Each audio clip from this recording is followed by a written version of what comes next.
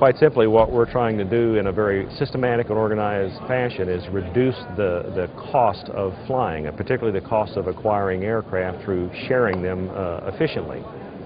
We do three things. First of all, we have a service which is sort of like eHarmony or Match.com for pilots, and that they go on to a website and they fill out a very detailed profile, what their flying habits are, if they own an aircraft, all about that aircraft, or if they want to buy an aircraft, all about that, how they expect the aircraft to be maintained, all of the information that you would want to know about somebody you would partner with an aircraft.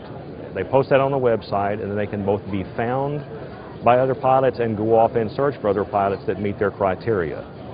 Okay, that's one service. Then once your partners are found, we have industry partners that do everything from providing tax advice, legal advice, insurance, financing, used aircraft, new aircraft, so forth, to the point where you're actually flying. And then our third phase is partnership administration services, which has 6 modules.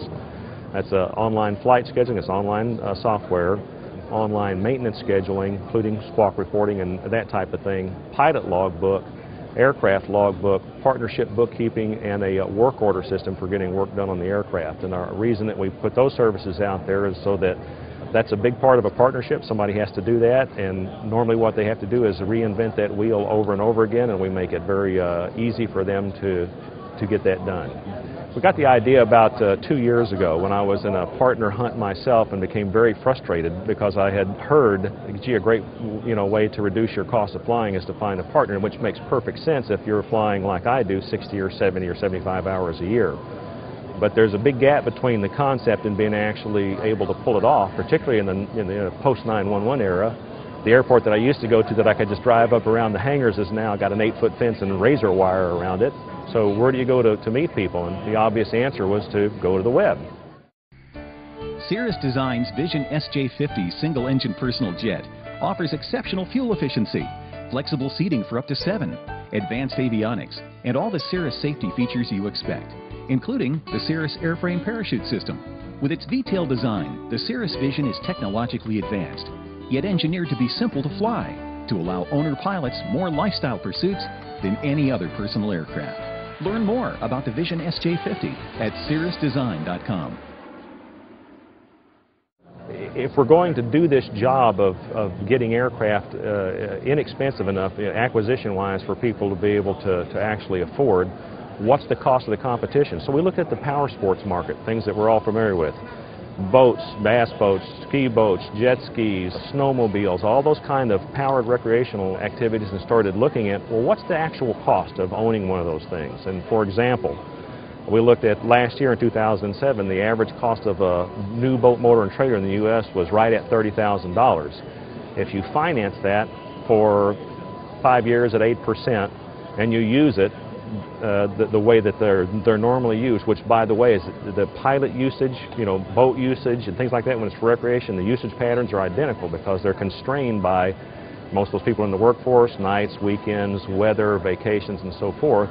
What's the true cost, hourly cost of ownership for doing those traditional type of power sports activities? What we found out is that they typically average between $150 and $250 an hour.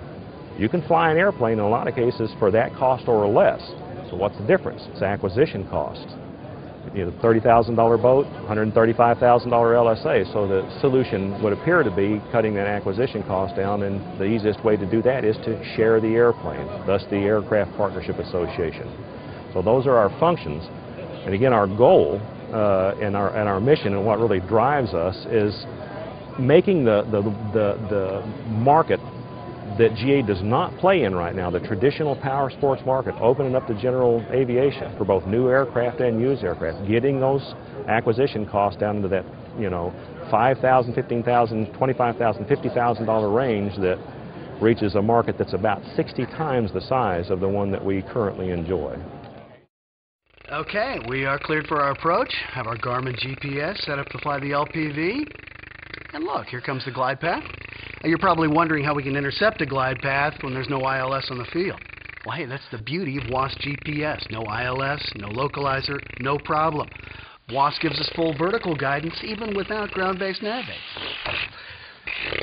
Okay, next you're probably wondering why there's spit all over your side of the windshield. it's a free service, and it will continue to be free for some time. But go out to our website. The Aircraft Partnerships Association's website is www.THE-TANGO-HOTEL-ECHO-APA-ALPHA-PAPA-ALPHA.com, and you would simply fill out a profile. A profile normally takes about 15 or 20 minutes to fill out, and it's what kind of flying you want to do, what kind of aircraft that you want to fly, or what kind of aircraft that you already own if you want to share that with somebody else, or have an existing partnership where you need to replace a partner or expand it. That takes about 20 minutes, and then after you're completed, you can then be found by other people in your area that have a like interest, and you can go find people that have a like interest. Communication is very similar to the online dating services. Your contact information is not available unless you give it to somebody. All you can see is somebody's profile, and we also provide an email alert service so that when somebody new in your particular area becomes an APA member, then you get an email. You can very quickly click a link, look at their profile, say, hey, there's a guy that's wanting to fly a low-wing, all-metal, 4-seat airplane. That's what I want to fly. And one gentleman yesterday who said he was going to write us so that we could publish it on our website said he had been advertising in different online and paper publications for a couple of years for partners. He's been on the APA for a little bit less than a month, and he's already put his partnership together. After 2 years of kind of head-banging frustration just trying to find people to fly with, 1 month on the APA, he's essentially done. Now that's not going to happen for everybody. There's a lot of factors in that, where you're located, how many people are already there. We started our initial rollout and just our first little bit of advertising in one online publication a couple of months ago, and we already have 1,000 qualified partners and partnerships. Now the interesting thing is about a quarter of those are people that already own airplanes that either want to share it for the first time or that are in an existing partnership. The other 75% are people, in a lot of cases, who are first-time buyers, who want to become first-time buyers, but they just have to find a partner to be able to either afford it or just cost justify it.